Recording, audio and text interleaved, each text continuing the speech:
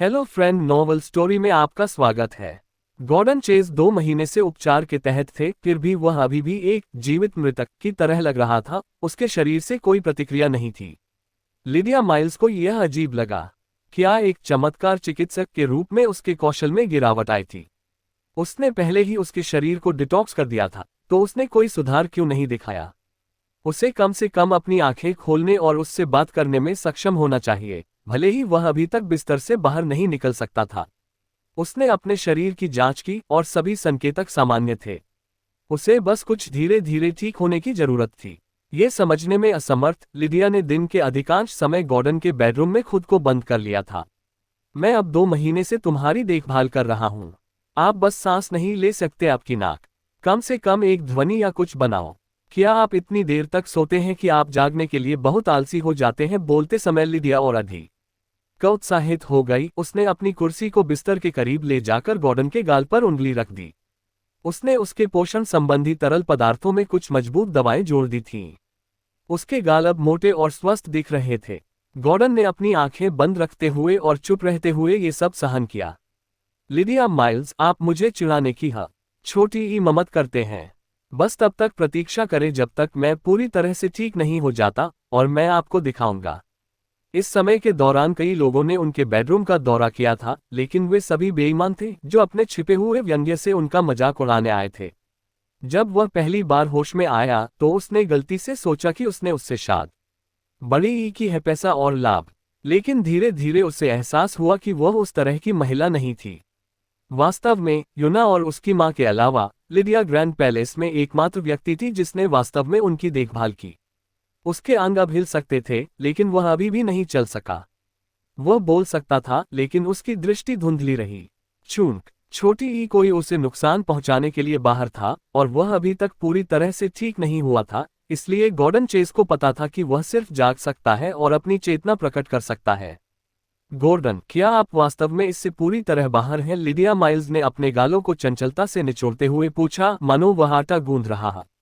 ओह, आप दूसरों को मूर्ख बना सकते हैं, लेकिन आप मुझे बेवकूफ नहीं बना सकते। गॉर्डन दिखावा कर सकता था, लेकिन उसके शरीर की प्रतिक्रियाएं उसके नियंत्रण से बाहर थीं।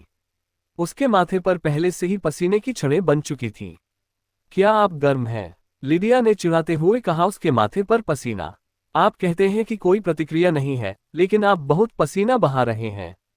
क्या आपको मुझे ठंडा होने में मदद करने की जरूरत है? उसने उसे ढकने वाला पतला कंबल उठाया और उसके पजामा के बटनों तक पहुंची। क्या मुझे आपके कपड़े खोलने चाहिए ताकि आप इतना गर्म महसूस न करें? उसका दिल धड़कने लगा। उसकी अच्छी तरह से परिभाषित छाती और मांसपेशियां अधिक स्पष्ट हो गईं। लिडिया ने अपनी उंगलियों को उसकी गर्दन से नीचे सरकने दिया, जानबूझकर उसकी त्वचा पर घेरे बना रहे थे। चिल्लियां नहीं है ना? वह था, लेकिन शायद उसे उसकी देखभाल की आदत हो गई थी। उसका स्पर्श लगभग उसके जैसा महसूस हुआ, और वह इसे सहन करने में कामयाब रहा। ऐसा लगता है कि सामान्य खुराक आपके लिए पर्याप्त नहीं है। इस बारे में कैसे? मैं तुम्हें थोड़ा और दूंगा और तुम्हें एक इंजेक्शन दिलाऊंगा तुरंत। लिडिया खड़ी हो गई और कैबिनेट की ओर चली, एक सिरिंज और कुछ दवाएं निकालकर तैयार करने लगी। गॉर्डन ने अपनी आंखें थोड़ी खोल ली और उसकी सिलहूट की एक झलक देखी, हालांकि वह धुंधली थी। इंजेक्शन मौखिक दवाओं की तुलना में बहुत तेजी से काम करते हैं, इसलिए इसे सहन करें। उसने सिरिंज के साथ बिस्तर पर वापस आते हुए कहा, उसके निचले शरीर को ढकने वाले कंबल को उठाने से पहले उससे हवा निकाल दी। मैं इस सारी बातचीत से परेशान क्यों हूं? आप बस एक अनजान ज़ोंबी हैं जो यह नहीं जानती कि क्या हो रहा है। लिडिया माइल्स ने गॉर्डन चेज के शरीर को दूसरी ओर मोड़ते हुए बुदबुदाते हुए कहा। उसने महसूस किया कि उसके ऊपर एक ठंड दौड़ रही है, जिसके बाद उसकी पैंट नीचे एक खींची गई थी। लिडिया उसकी देखभाल करने की आदी हो गई थी। पिछले सप्ताह से उसे अब डायपर का उपयोग करने की आवश्यकता नहीं थी, क्योंकि उसने अपने बाथरूम शेड्यूल को समझ लिया था। उस क्षण गॉर्डन ने अपनी आंखें कसकर बंद करते हुए शर्मिंदगी की लहर महसूस की। सुई के तेज डंक ने उसके पीछे की ओर छेद कर दिया, जिससे एक तेज लगभग उत्तेजक दर्द हुआ, जिसके तुरंत बाद धड़कने वाला दर्द हुआ। क्या वह अपने पति की हत्या करने की कोशिश कर रही है? उसने मुझे क्या इंजेक्शन दिया? उसने आश्चर्य किया। ठीक है, अब से दिन में 3 बार। मैं यह विश्वास करने से इनकार करती हूं कि आप कोई सुधार नहीं दिखाएंगे। लिडिया ने इस्तेमाल की गई सिरिंज का पास के कूड़ेदान में फेंकते हुए कहा। उसने उसके शरीर को समायोजित करने के लिए हाथ बढ़ाया और उसकी पैंट ऊपर खींचने का इरादा किया। लेकिन उसकी आंख के कोने से उसने कुछ नोटिस किया उसके नीचे। गॉर्डन चेज तुम डॉट उसके शरीर ने प्रतिक्रिया व्यक्त की थी, जिससे लिडिया गुस्से से शर्मा गई थी। उसने जल्दी से उसे ढकने के लिए एक पतला कंबल पकड़ लिया। हालांकि कंबल बहुत अधिक छिपाने के लिए बहुत पतला था, एक ध्यान देने योग्य रूपरेखा बना रहा था। बेशर्मी, सचमुच बेशर्म, लिडिया ने अपने शयन कक्ष से बाहर निकलने से पहले शर्मिंदा होकर अपना पैर पटकते हुए बुदबुदाते हुए कहा। वह हर दिन उसकी देखभाल कर रही थी, बिना किसी समस्या के उसका शरीर धोती थी। लेकिन अब तक उसने कभी भी इस तरह की प्रतिक्रिया नहीं दी थी और इसने उसे अजीब महसूस कराया।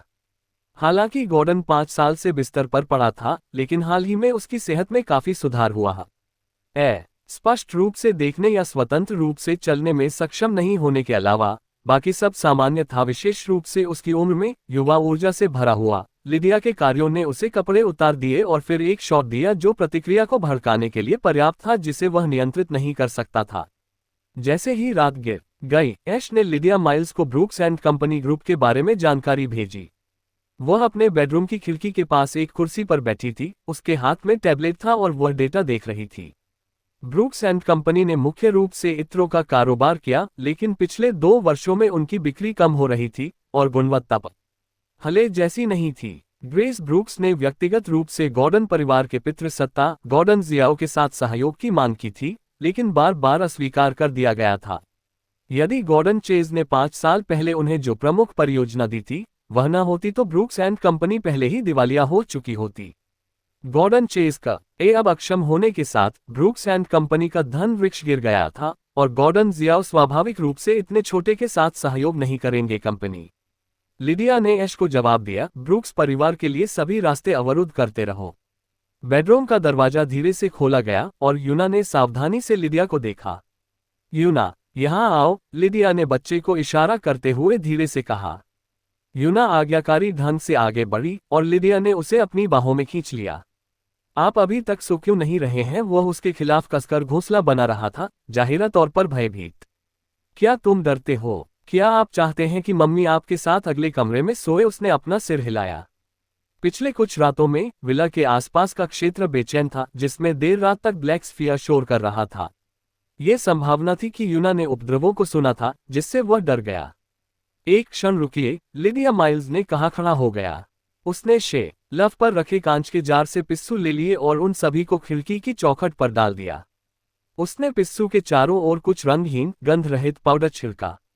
जैसे ही वह खिड़की बंद करने वाली थी, उसने देखा कि यार्ड में एक छायादार आकृति दिखाई दे रही है। छाया अचानक गायब हो गई, लेकिन एक बार अभी भी फूल और पौधे हवा में झूलने लगे। चलो चलो, अगले कमरे में सोते हैं, आओ चलो बगल के कमरे में सो जाते हैं, लिडिया माइल्स ने खिड़की बंद करते हुए कहा, लेकिन इसे लॉक नहीं किया। उसने छोटी यूना का हाथ पकड़ लिया, बेडरूम छोड़ने के लिए तैयार। हालांकि यूना देख रही थी आदमी बिस्तर पर लेटा हुआ है। तुम्हारी चिंता है कि तुम्हारे पिताजी के पास उसकी देखभाल करने वाला कोई नहीं है? यूना ने चुपचाप सिर हिलाया।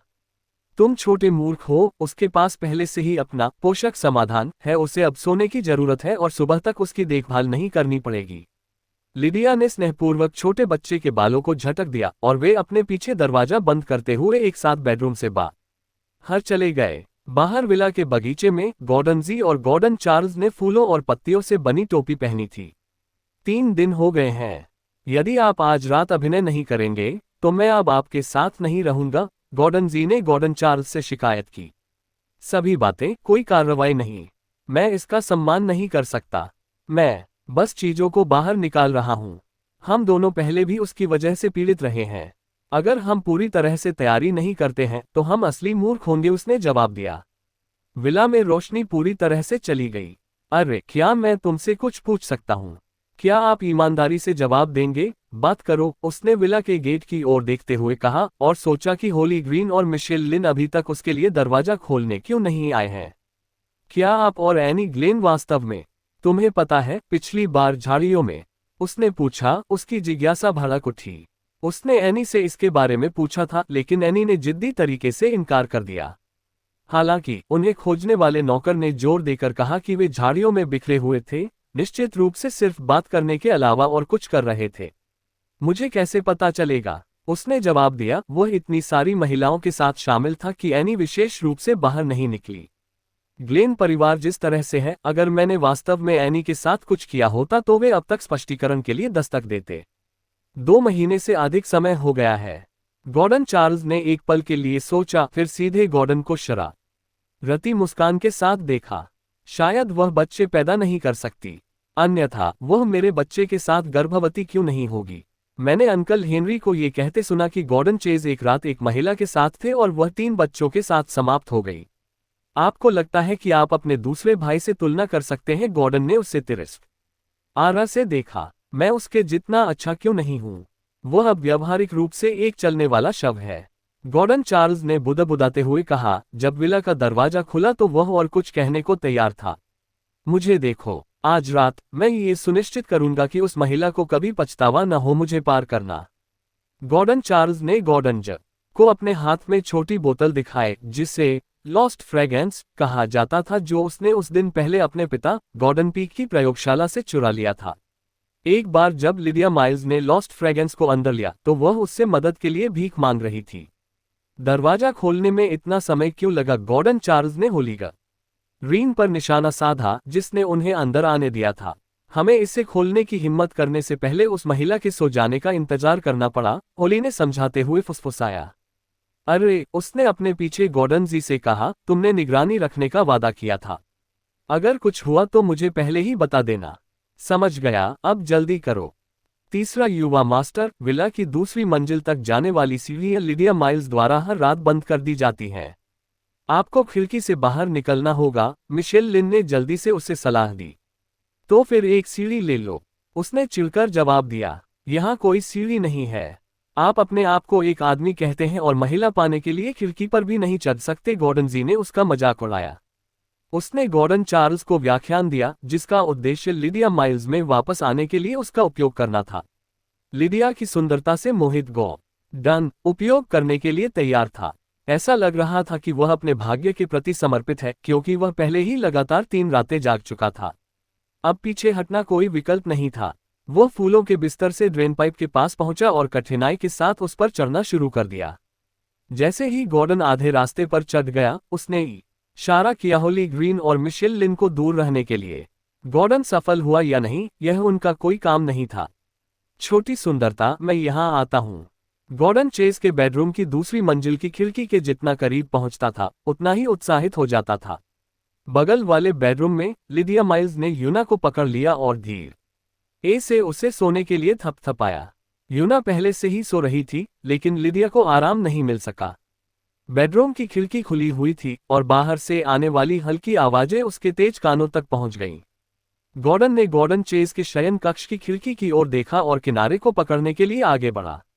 उसकी उंगलियां किसी नर्म चीज के खिलाफ दबाने लगती थीं, और जितना अधिक उसने इसे छुआ उतना ही स्पर्शशील महसूस हुआ।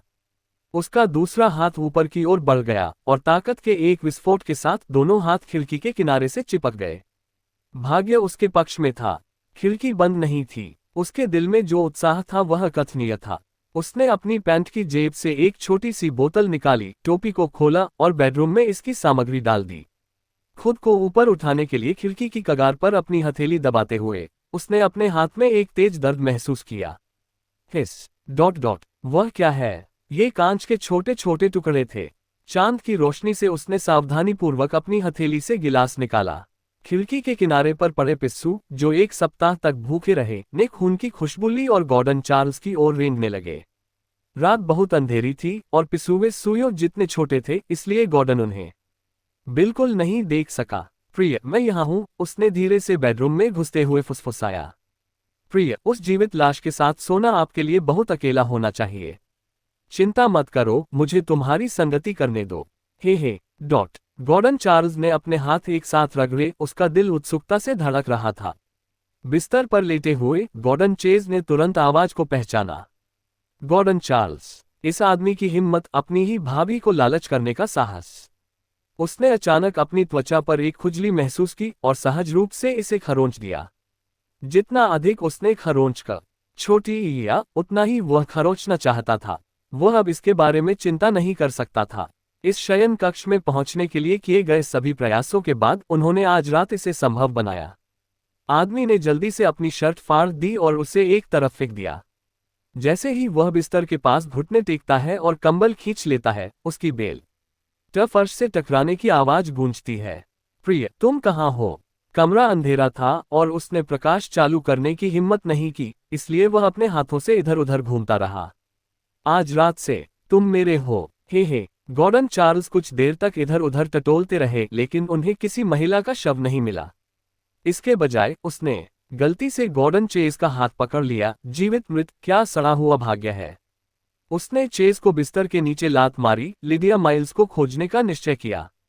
उसने फर्श से अपनी पैंट उठाई, अपना फोन निकाला और बेडरूम को रोशन करने के लिए टॉर्च चालू कर दिया। Gordon Charles ...